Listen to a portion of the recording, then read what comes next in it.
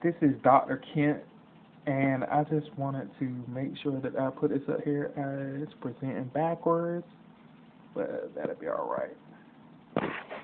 So, when I was just training my interns and my students, okay, I had a disagreement with some of the boards about where they wanted to see some of their analysts, their junior analysts, and the starting level positions. And I had to have a conversation with my students, and I had to have a conversation with one of my businesses because we brought one of my businesses in. It's called I Have Franchises Here.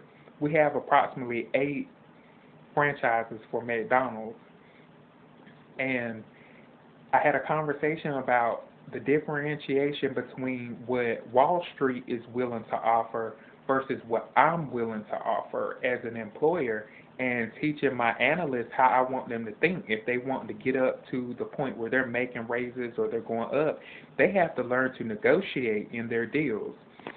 So where a financial,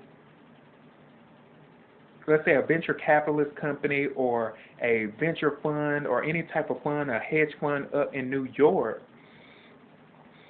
they will recommend sometimes that some of their analysts get paid $100,000 a year, $75,000 a year, $150,000 a year. I told my analysts, you're not getting paid that at my company. I told them, you eat what you kill. And when you eat what you kill, you're also on a shared team where you have a portfolio approximately up to $2 million, where you don't bring enough value in to have more than $2 million of a portfolio that's shared. You could have between 3 and 50 analysts on one team managing a portfolio of $2 million or more, where they don't have the experience and the credibility to not mess up someone's company because of the deals that they want to make. So if they want more than $2 million, they have to go to their employer and make a good case and a good reason for it.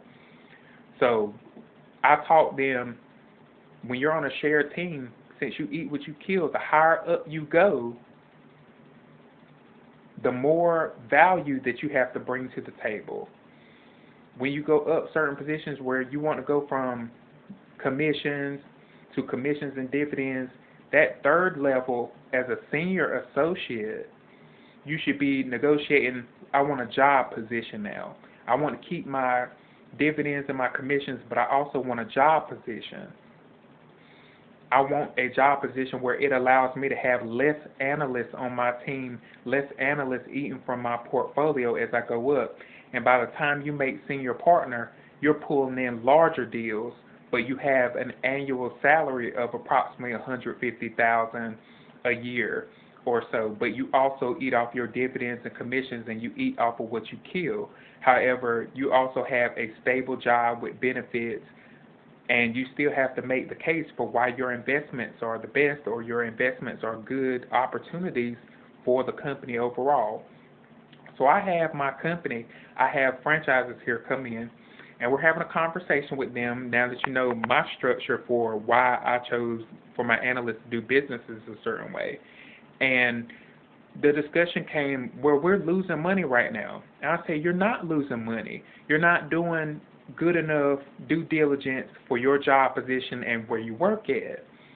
So I have franchises has approximately between 8 and let's say 13 different McDonald's franchises. The president has decided to put tariffs on other countries.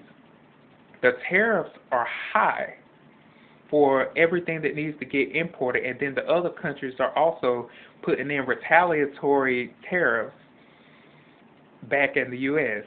And I also asked them, I said, well, how do you think this affects places like Ukraine and Russia, where we're also negotiating international business conflicts between two countries, where if you give one of them money, then other countries automatically might feel that they're also entitled to money instead of allowing the United Nations to step in.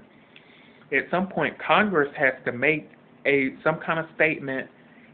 They can't remain silent for too long, or else people are going to start losing trust in Congress and the value of Congress. I don't necessarily think it's always the tariffs. So when I was discussing this, I also had to tell them, so how would you make more money at this time as an analyst that's at the very bottom where you got a $2 million portfolio and it's shared between 10 and 50 analysts. And they said they didn't know. So I gave it to them. I gave them this answer because of expediency, because we're still operating a client's business, but it's also my job to teach. It's also my job to educate, not just for them to be there. As their employer, it's also my job to communicate these conversations through an educational platform. And I came up through the Continuing Education Center and Small Business Technology and Development Center, where technology is important, discussing your business deals and business transactions are important, where they are there to assist you, they're there to help you. So for myself, I decided to give them certain answers. If you've got a McDonald's in your portfolio and you're making money, let's say that McDonald's, it brings in the amount that it's worth, $2 million a year. It brings in $2 million a year for where it's at and located for each franchise. Okay, most investors, they buy low and sell high. If there are tariffs that are going up right now, and you have that many tariffs, and the tariffs are that high, some businesses will go out of business. But now is a great time for investors, to be honest. Now is a great time to present to your employer why buying a franchise is a great idea. McDonald's, where there are whistleblowers and there are people that do things on Wall Street that are not in the best interest for themselves and others, and also some of them do criminal behavior, where they were discussing different plans with McDonald's where they shouldn't have been in Europe, and they were trying to get diplomatic immunity for having discussions that make them whistleblowers or make them do insider trading. Insider trading is terrible for the market. So McDonald's, where we were trying to discuss with McDonald's a deal to get a much higher quality amount of food for millennials, athletes, those that are out and about, those that are on the go, foodies, where normally we just look at McDonald's as a cheap meal to pick up, where in the modern generation, where you have different programs and different organizations that allow students and athletes to go out there, eat, be active, and work on their health and fitness goals, we wanted a better quality of food product in McDonald's. And it got to Europe, and Europe messed up everything in a way, because they do socialism where if one person gets it, everybody has to get it. However, it doesn't work when you're in the United States of America in that way, where you have to fight for the right for your customers to eat at your establishment. So I told them, at a McDonald's could go back to its original structure, where these aren't corporate-owned franchises. You could do an independent franchise, and you could offer the 2 cheeseburger meal, where it comes with 2 cheeseburgers, fries, and a drink. Or you can go back to a $1.07 McChicken, and they'll order 3 or 4 of them, fries and a drink. You could go back to the lower meals that McDonald's is always known for, and you could make more money in a market where they have higher tariffs and higher risk to do business, and impress your employer and make more money for your employer and more money for yourselves, and be great or exceptional as an analyst, a senior analyst, or somebody that wants to work all the way up. It might not be enough meat for somebody that's a senior partner role. However, for somebody that is eating on a team with 10 to 50 other people, you could easily buy 3 or 4 more franchises and come in with $10 million and $15 million a year in that portfolio split between everybody.